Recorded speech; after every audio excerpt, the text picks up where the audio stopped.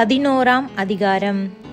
புறஜாதியாரும் தேவ வசனத்தை ஏற்றுக்கொண்டார்கள் என்று யூதேயாவில் இருக்கிற அப்போஸ்தலரும் சகோதரரும் கேள்விப்பட்டார்கள்.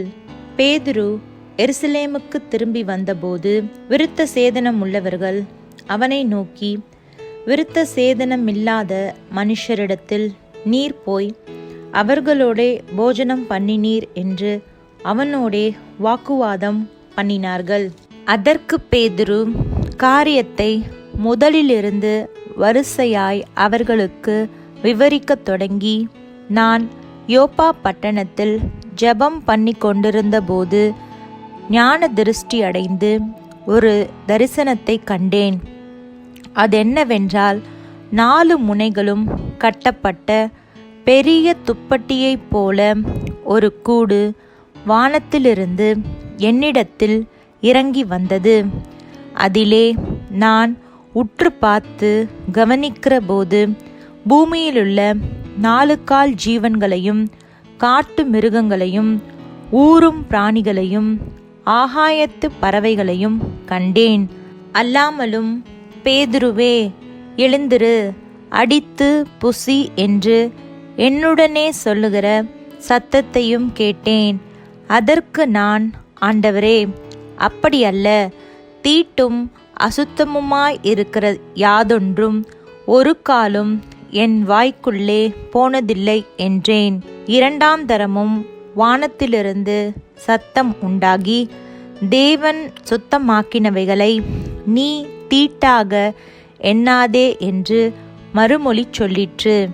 இப்படி 3 தரம் சம்பவித்த பின்பு எல்லாம் வானத்திற்கு திரும்ப எடுத்துக்கொள்ளப்பட்டது. உடனே செசரியாவிலிருந்து என்னிடத்திற்கு அனுப்பப்பட்ட 3 மனுஷர் நான் இருந்த வீட்டுக்கு முன்னே வந்து நின்றார்கள். நான் ஒன்றுக்கும் சந்தேகப்படாமல் அவர்களோடே கூட போகும்படி ஆவியானவர் எனக்கு கட்டளையிட்டார். சகோதரராகிய இந்த 6 பேரும் என்னோடே கூட வந்தார்கள். அந்த மனுஷனுடைய வீட்டுக்குள் பிரவேசித்தோம். அவனோ தன் வீட்டிலே ஒரு தேவதூதன் நிற்கிறதை கண்டதாகவும், யோப்பா பட்டணத்தில் இருக்கிற பேதுரு என்று மறுபேர் கொண்ட சீமோனை அழைக்கும்படிக்கு மனுஷரை அவ்விடத்திற்கு அனுப்பு. நீயும் உன் வீட்டார் அனைவரும் இரட்சிக்கப்படுவதற்கேதுவான வார்த்தைகளை அவன் உனக்கு சொல்லுவான் என்று அந்த தூதன் தனக்கு சொன்னதாகவும் எங்களுக்கு அறிவித்தான். நான் பேசத் தொடங்கின போது பரிசுத்த ஆவியானவர் ஆதியிலே நம்மேல் இறங்கினது போலவே அவர்கள் மேலும் இறங்கினார். யோவான் ஜலத்தினாலே ஞானஸ்தானம் கொடுத்தான். நீங்களோ பரிசுத்த ஆவியினாலே ஞானஸ்தானம் பெறுவீர்கள் என்று கர்த்தர் சொன்ன வார்த்தையை அப்பொழுது நினைவு கூர்ந்தேன். ஆதலால் கர்த்தராகிய இயேசு கிறிஸ்துவை விசுவாசித்திருக்கிற நமக்கு தேவன் வரத்தை அனுக்கிரகம் பண்ணினது போல அவர்களுக்கும் அந்த வரத்தையே அனுக்கிரகம் பண்ணியிருக்கும் போது தேவனை தடுக்கிறதற்கு நான் எம்மாத்திரம் என்றான்.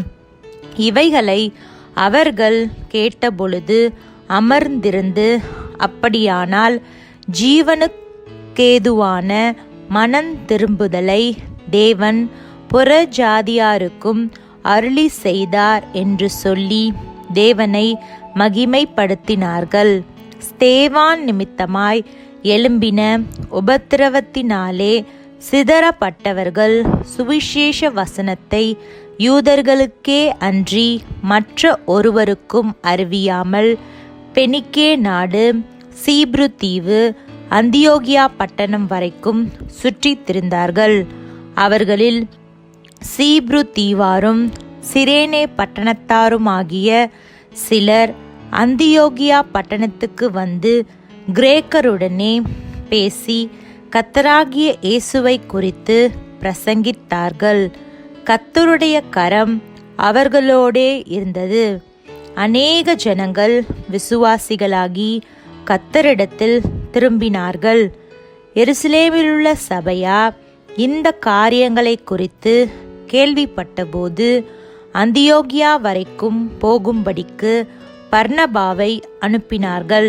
அவன் போய் சேர்ந்து தேவனுடைய கிருபையை கண்டபோது சந்தோஷப்பட்டு கர்த்தரிடத்தில் மன நிர்ணயமாய் நிலைத்திருக்கும்படி எல்லாருக்கும் புத்தி சொன்னான். அவன் நல்லவனும் பரிசுத்த ஆவியினாலும் விசுவாசத்தினாலும் நிறைந்தவனுமாய் இருந்தான். அநேக ஜனங்கள் கர்த்தரிடமாய் சேர்க்கப்பட்டார்கள்.